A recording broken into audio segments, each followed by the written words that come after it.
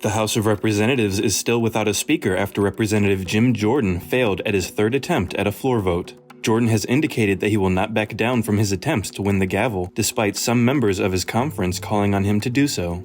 Americans expect their government to fight for them, they expect us to finish our work, and they expect us to keep faith with the principles and values that made us the greatest nation ever. House Republicans swatted down a proposal to temporarily empower Speaker Pro Tem Patrick McHenry, which was viewed by many as a last-ditch effort to resume business in the House while the Speaker race continues.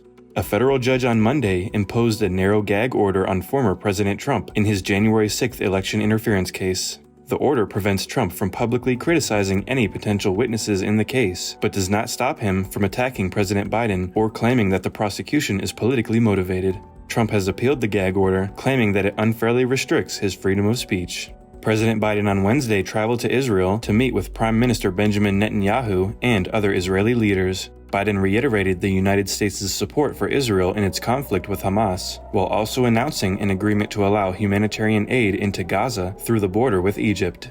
Today I asked the Israeli cabinet, who I met with for some time this morning, to agree to the delivery of life-saving humanitarian assistance to civilians in Gaza, based on the understanding that there will be inspections and that the aid should go to civilians, not to Hamas.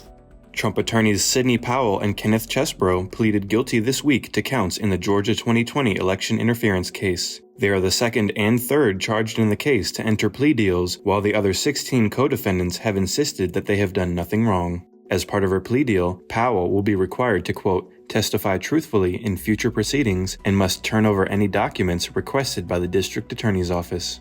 President Biden delivered a primetime address from the Oval Office on Thursday, making the case for additional rounds of assistance for both Israel and Ukraine. The newest aid request, which includes aid for other issues like Taiwan and was delivered to Congress on Friday, totals around $100 billion.